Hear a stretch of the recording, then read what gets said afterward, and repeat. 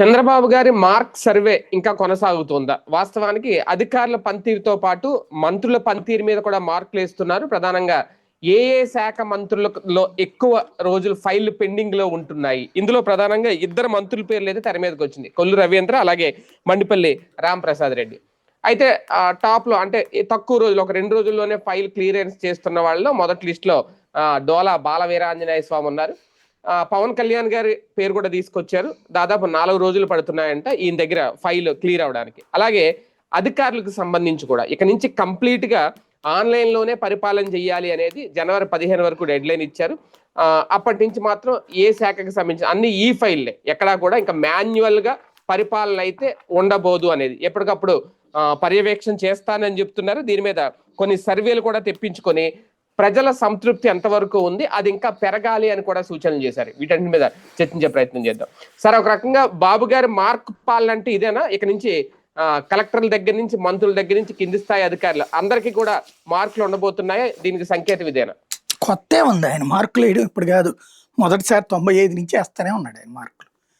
అదే వేసిన తర్వాత అద్భుతం అని ఆయన కితాబిచ్చుకున్న తర్వాతే 2 సార్లు ఓడారు. ఆ తర్వాత మళ్ళీ గెలిచారు, మళ్ళీ ఓడారు, మళ్ళీ ఇప్పుడు గెలిచారు, మళ్ళీ మార్కులే. అది ఎవరికి అవసరమో ఏంటో అర్థం కాదు. ఏ మార్కులు ఏం రాజశేఖర రెడ్డి 6 ఏళ్ళు పరిపాలించి తను బతుకున్నంత వరకు బాగానే ఉన్నాడు. అలాగే ఆ పార్టీ 10 ఏళ్ళు అధికారంలో ఉంది కాంగ్రెస్, ఏ మార్కులు వేయలేదు అప్పుడు. అట్లాగే కేసీఆర్ 10 సంవత్సరాలు బాగానే ఉన్నాడు కదా మార్కులు వేసుకుని, ఏ మార్కులు వేయకుండానే.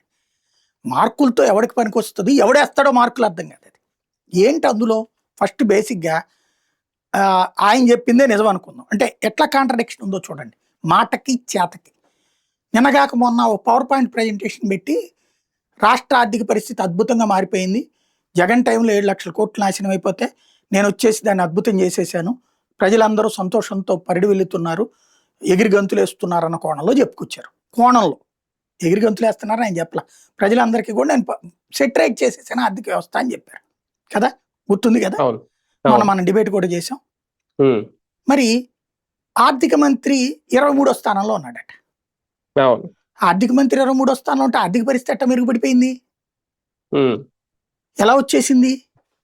ఇదన్నా తప్పై ఉండాలి, అదైనా తప్పై ఉండాలి కదా, అంతే. మరి ఇట్లాంటిది లాజిక్ పాయింట్స్ తెస్తే బోల్డ్. ఇంకోటి డోలా బాల వీరాంజనేయ స్వామి, ఆయన శాఖలో ఆయన ఫైల్ క్లియర్ చేయడానికి ఏమున్నాయో నాకు అర్థం కాలేదు. ఉండొచ్చు నువ్వు డిపార్ట్మెంట్లో ట్రాన్స్ఫర్ విషయమో, లేకపోతే గనక ఏదన్నా విధాన నిర్ణయాలు ఇవి ఉంటాయి. ముందు నీ దగ్గర డబ్బులు ఉంటాయి కదా విధాన నిర్ణయం అమలు చేయడానికి. ఇప్పుడు రవాణా మంత్రి ఆయన అట్టడుగునున్నాడు, ఏం చేయాలి ఆయన? బస్సులు ఏమన్నా మనకేమైనా ఇబ్బంది అయినాయా? బస్సులు బాగానే ఉన్నాయి కదా. అట్లాగే దాని పేరేంటిది, టూరిస్ట్ బస్సులు కూడా బాగానే నడుస్తున్నాయి కదా, ఏం ప్రాబ్లం ఇంకా అందులో? ఆయన అడుక్కి రావడం ఏంది నాకు అర్థం కాల. యాక్సిడెంట్ జరిగితే తప్పు అంటే గనక ప్రతి దేశంలో అన్ని చోట్ల యాక్సిడెంట్ జరుగుతాయి, అది కాదు కదా. ఆయన అట్టడుగును ఉండటం ఏంటి? ఏం ఫైల్ క్లియర్ చేయాలి ఆయన? ఏమన్నా రోజు కండక్టర్ గారు ఈ డ్యూటీ నుంచి ఈ డ్యూటీకి రావడం, ఇట్లాంటి ఫైళ్ళకే అవి అసలు ఆయనకి పెట్టడం ఎందుకు? వీళ్ళ డిపార్ట్మెంట్లో ఉన్నతాధికారులకు అప్పచెప్పితే సరిపోతుంది కదా. మంత్రి ఏ స్థాయిలో ఉండాలా? పాలసీ డెసిషన్ మేకర్ అయి ఉండాలి, అంతే కదా. ఇన్ని వందల పాలసీలు ఉన్నాయా? ఏం చేస్తున్నారు అసలు ఆ పాలసీలు? ఇప్పుడు ముఖ్యమంత్రి స్థాయిలో ఏం చేయాలి? పాలసీ డెసిషన్ తీసుకోవాలి. మంత్రి స్థాయిలో ఏం చేయాలి? పాలసీ డెసిషన్ తీసుకోవాలి, అంతే కదా. ప్రభుత్వం అనేది పాలసీ డెసిషన్ మేకర్. ఇదిగో ఆర్టీసీ బస్సులను తగ్గించి ప్రైవేట్ బస్సులు పెడదాం, లేదా ఆర్టీసీలో ప్రైవేట్ బస్సులు పెడదాం, లేదా టూరిస్ట్ బస్సుల్ని ప్రైవేట్ ఆర్టీసీ బస్సుల తరహాలో తిప్పుదాం, లేకపోతే ఆటోల్ని 7 సీటర్ ఆటోల్ని ప్రైవేట్ బస్సుల్లాగా తిప్పనిద్దాం. ఇలాంటి పాలసీ డెసిషన్స్ అంటారు. ప్రజలకు పనికి వచ్చేదా పనికిరా అంతా ఇవి డిబేట్ చేసి అవి చేయడానికి మంత్రులు ఉండాలి. కానీ ఈ ట్రాన్స్ఫర్లు లేకపోతే ఈ చిన్న చితక పనులని మంత్రులకు పెట్టడం ఎందుకు? ఆ ఫైళ్లు క్లియర్ చేయలేదు అని చెప్పడం ఎందుకు? ప్రభుత్వం నేను అద్భుతంగా పనిచేస్తున్నాను, ప్రభుత్వం అద్భుతంగానే ఉంది, కానీ మా మంత్రులందరికీ చేత కావట్లేదు అని మంత్రుల్ని దొంగలు చేయడం ఎందుకు? రోడ్లన్నీ గుంటలు కూడా ఉన్నాయి. అప్పట్లో ఒకసారి ఆ పైన ఏదో కాస్త మట్టి పోసారు, ఆ తర్వాత రోడ్లన్నీ దరిద్రంగా ఉన్నాయి. మరి ఎవరి తప్పిది? ఏ ఫైల్లో ఉంది? ఏ ఫైల్ క్లియర్ కాలేదు ఇక్కడ? ఎక్సైజ్ శాఖ ఆయన పాపం ఏదో అట్టడుగు నుంచి ఉన్నాడట, డబ్బులేం బాగానే వస్తున్నాయి కదా. కాబట్టి బెల్ట్ షాపులు ఆయనకి వ్యతిరేకమా? బెల్ట్ షాపులు ఫ్లైర్ అయినా క్లియర్ చేయనన్నాడా? బెల్ట్ షాపులు అడ్డదిడ్డంగా కనబడుతుండే, సందుకి బెల్ట్ షాపులు కనబడుతుండే. అట్లాగే పర్మిట్ రూములు, ప్రతి వైన్ షాప్కి పర్మిట్ రూములు ఇచ్చేసాం, బార్లు విచ్చలవిడిగా ఉన్నాయి. మళ్ళీ మామూలు మందు తాగుతారు లేదని కల్తీ మందు కూడా అమ్ముకుంటున్నటువంటి పరిస్థితికి సాక్ష్యం మొన్న కల్తీ మందు కేసు ఇన్ని కనబడుతుంటే ఆయన పనితీరు బాగాలేదంటే ఎట్లాగా? ఎందుకు బాగాలేదు?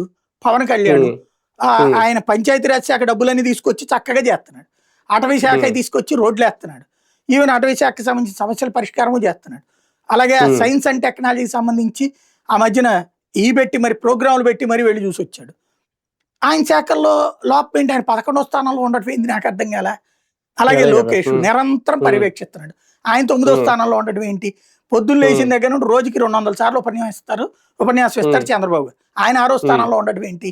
ఈ ర్యాంకులు వేసేవాడు ఎవడు? ఎవడైనా మాస్టర్ దిద్దుతాడు, స్టూడెంట్ దిద్దుతున్నారు వీళ్ళకి, అధికారులు మార్కులు వేస్తున్నారు వీళ్ళకి. అంటే ఇదంతా టెక్నాలజీ అట. అసలు ముందు ఆ కంప్యూటర్లో ఆ ఫైల్ ఎట్టా చూడాలో దాంట్లో తెలుసుకోవడం ఎట్లాగా, అధికారులకే కంప్యూటర్ల మీద పూర్తి అవగాహన వచ్చి సావట్లేదు స్టిల్ నో. ఎవడో ఒక అందులో ఉన్నటువంటి అవుట్ సోర్సింగ్ ఎంప్లాయో కాంట్రాక్ట్ ఎంప్లాయో ఒక నోట్ తయారు చేసి తీసుకెళ్లి అధికారికి ఎక్స్ప్లెయిన్ చేస్తే ఆయన ఓకే అంటే ఆయన సమక్షంలో ఉద్యోగి కొడుతున్నాడు. అది ఇవాళకి కూడా జరుగుతున్నది. 100కి 90 అయ్యాయి.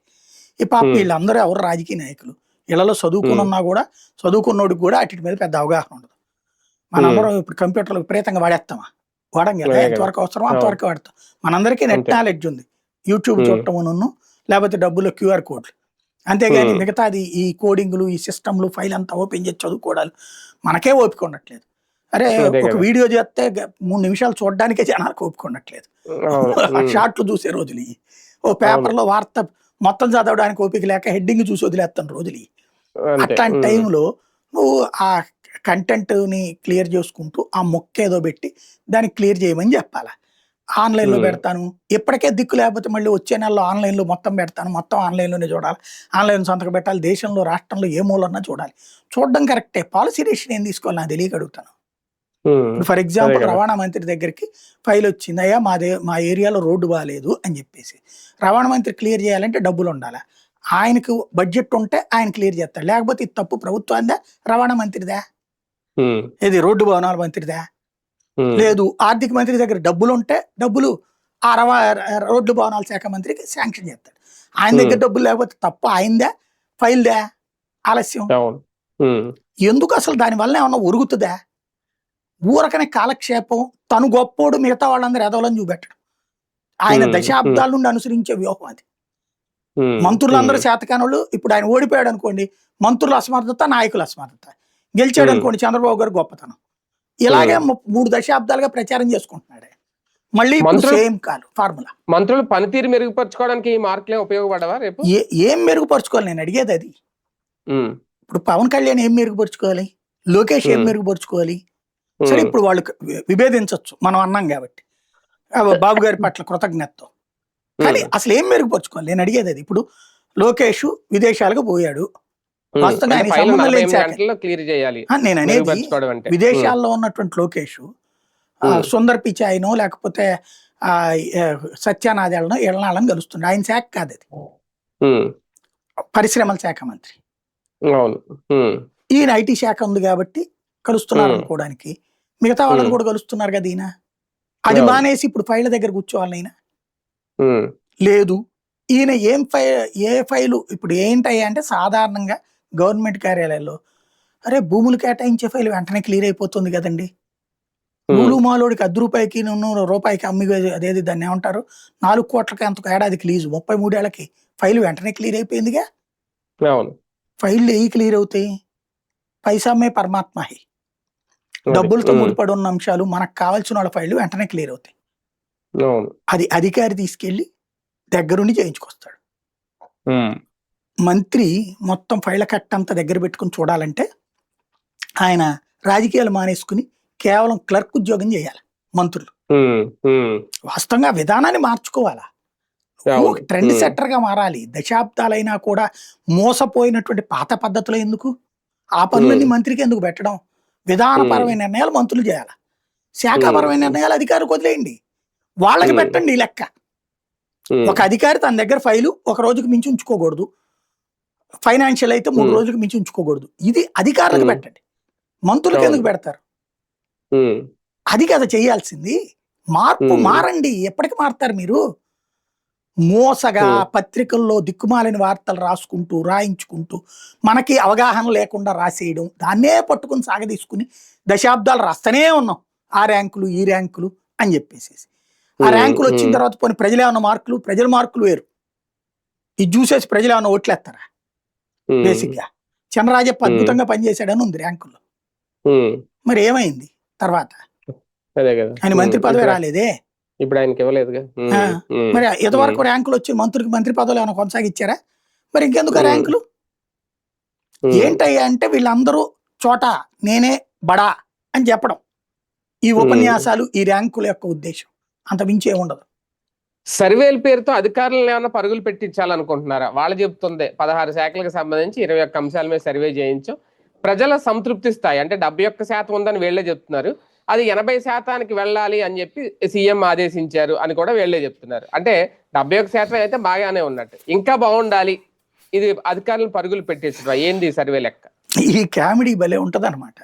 జబర్దస్త్ వాళ్ళ కామెడీ ఇదివరకు చాలా బాగుండే స్కిట్స్, కొత్త కొత్త ధనాలు అచ్చాందు, చమక్ చంద్ర, అట్లాంటి వాళ్ళు కొత్త కొత్త కాన్సెప్ట్లు తీసుకొచ్చేవాళ్ళు. ఇప్పుడు మోసగా తయారైపోయింది. పాత అయ్యే రిపీట్ చేస్తున్నారు, కొత్త కొత్త టైపులు, అంత మించి ఏం లేదు.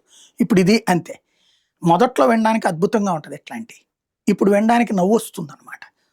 ఇందులో బేసిక్గా నాకు అర్థం కానిది ఏంటంటే, ఇప్పుడు మీరు చెప్పినటువంటి ఆ విధానం, ఏది 15 శాఖలో 16 శాఖలో వాటికి సంబంధించి 21 అంశాల మీద 21 అంశాలకు సంబంధించి సంతృప్త స్థాయి 2019 జనవరిలో అనుకుంటా 97% సంతోషం అని చెప్పారు అప్పుడు జనాలు.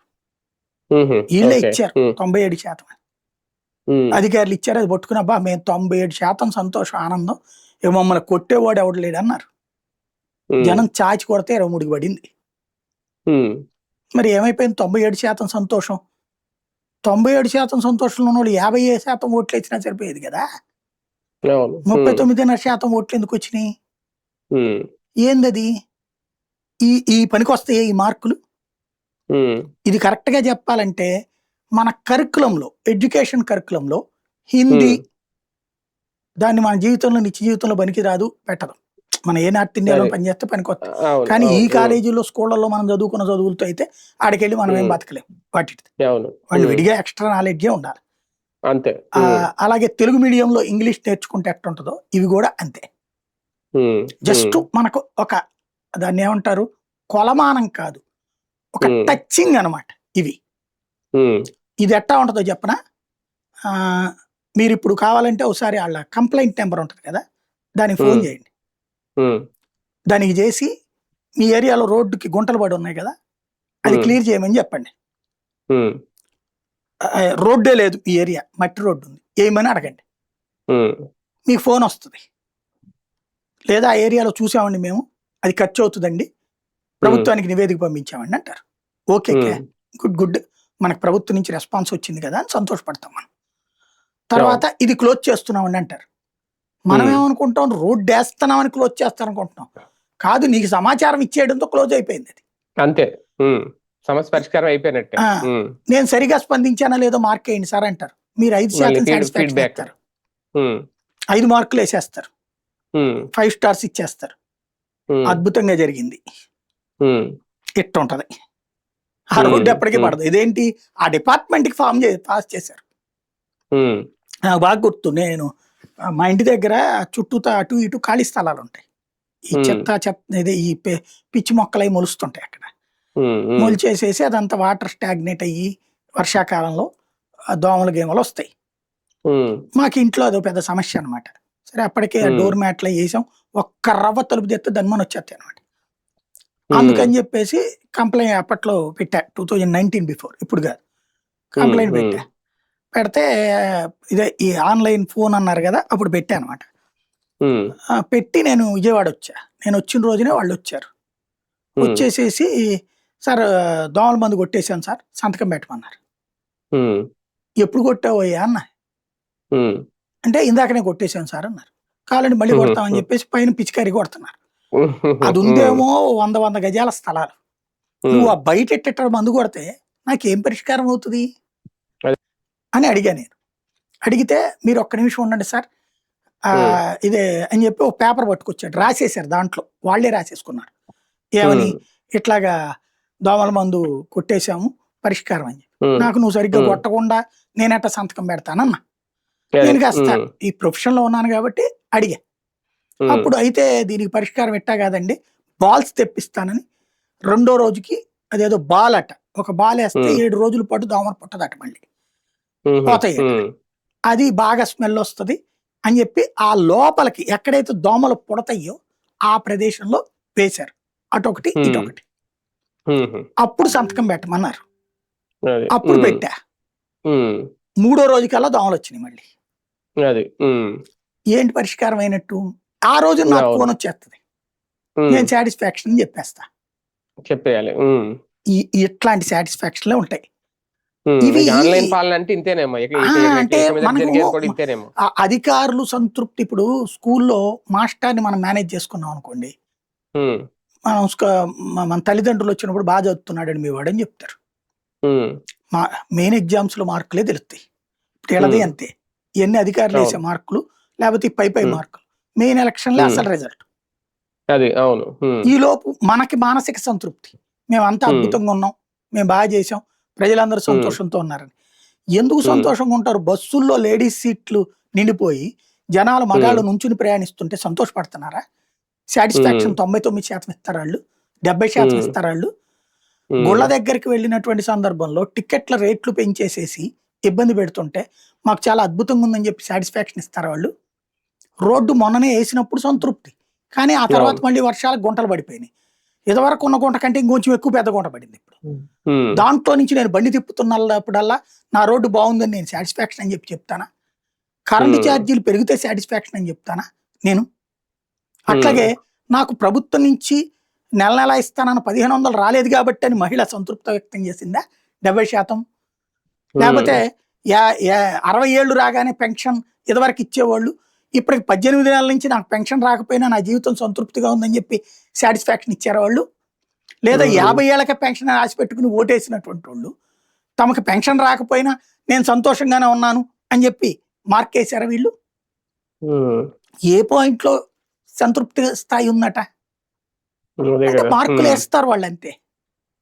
వీళ్ళు దాన్ని చూసుకుని 70 చంద్రబాబు గారికి 70 అంటే అనదు. కొంతమంది ఉంటారు, కట్టర్ బ్యాచ్ ఉంటారు, అసలు వాళ్ళని చూస్తే మనకి తేళ్లు జర్రు బాగుతాయి అనమాట. 70% ఆయనకి 70 అంటే అనదు సార్. 99 వచ్చినా కూడా ఒప్పుకోడు సార్, 100 రావాలంటాడు.